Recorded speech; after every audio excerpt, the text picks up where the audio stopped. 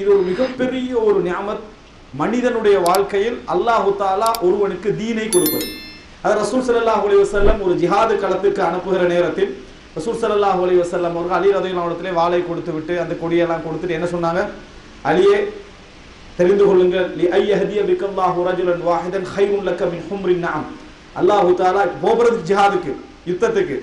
ஆனால் அல்லாஹு தஆலா உங்களை கொண்டு ஒரு மனிதனுக்கு நேர்வழி காட்டுவது உங்களுக்கு சிவந்த ஒட்டகைகள் கிடைப்பதை விட மிகவும் சிறந்தது. சிவந்த ஒட்டகைகள் நம்ம வாழக்கூடிய இந்த பாலைவன சூழலே நம்ம மிஞ்சி போன என்ன கண்டிருப்போம்?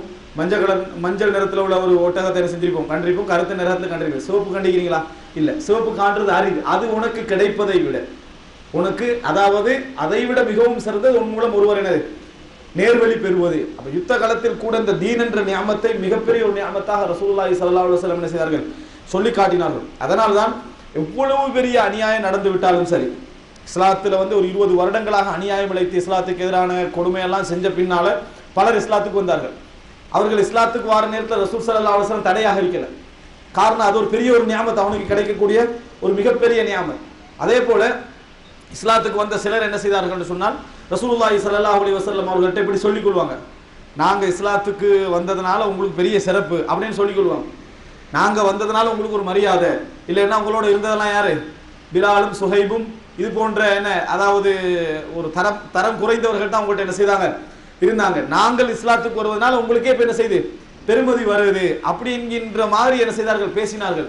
ஏன் சில முஸ்லிம்கள்ட்ட கூட இந்த பொருளாதார மோகம் அதிகமாக இருப்பதனால கொஞ்சம் வசதியானவன் இஸ்லாத்துக்கு வந்துட்டான் அல்லது கொஞ்சம் பெருமதியானவன் இஸ்லாத்துக்கு வந்துட்டால் என்ன செஞ்சிடறாங்கன்னு சொன்னா, இஸ்லாத்தை விட அவனை நினைச்சு சந்தோஷப்படுறாங்க. இவரே இஸ்லாத்தை ஏத்துக்கிட்டாருன்னா இஸ்லாம் எவ்வளவு பெரிய மார்க்கு அப்படின்னு நினைக்கிறாங்க. எப்படி இவரே இஸ்லாத்தை ஏத்துக்கிட்டாருன்னா இஸ்லாம் கொஞ்சம் ஒரு பெரிய வெயிட்டா தான் என்ன செய்யுது இருக்குது என்கின்ற மாதிரி அவரை வச்சு இஸ்லாத்தை முடிவெடுக்கக்கூடிய இடங்கள்லாம் என்ன செய்யுது இருக்குது. அந்த இடத்துல அல்லாஹ் தஆலா சொல்லி காட்டுகிறான், யமுன்னூன அலைக அன் அஸ்லமு, அவர்கள் இஸ்லாத்தை ஏற்றுக்கொண்டார்கள் என்று உமக்கு என்னமோ செய்து விட்டார்கள் போல என்ன செய்கிறார்கள்? உங்களிடத்திலே சொல்லி காட்டுகிறார்கள். குல்லா தமுன்னு அலைய இஸ்லாமக்கும், உங்களுடைய இஸ்லாத்தை, நீங்கள் இஸ்லாத்தை ஏற்றுக்கொண்டதை எங்களுக்கு பெருமையாக சொல்லி காட்ட வேண்டாம். பலில்லாஹு யமுன்னு அலைக்கும், அல்லாஹ் தான் உங்களுக்கு என்ன செய்திருக்கிறான்? அருள் புரிந்திருக்கிறான். அல்லாஹ் தான் உங்களுக்கு அருள் புரிந்திருக்கிறான் என்று சொல்லுங்கள் என்று சொல்லி அல்லாஹ் தஆலா என்ன செய்யறான்? சொல்லி காட்டுகிறான். அதே போல அல்லாஹ் தஆலா அதாவது பிலால், சுஹைப் இது போன்ற மக்கள் இஸ்லாத்தை ஏற்றுக்கொண்டதன் மூலமாக அவர்கள் இஸ்லாத்தின் அடிப்படையில் உயர்ந்ததை அல்லாஹ் தஆலா என்ன செய்து காட்டுகிறான்? ஒரு பெருமதியான ஒன்றாக காட்டுகிறான். இதெல்லாம் நான் இவ்வளவு சொல்றதுக்கு என்ன காரணம் என்றால், இஸ்லாம் என்பது ஒரு மனிதனுடைய வாழ்க்கையில் பிரித்து பார்க்க முடியாத ஒரு மிகப்பெரிய அருள்.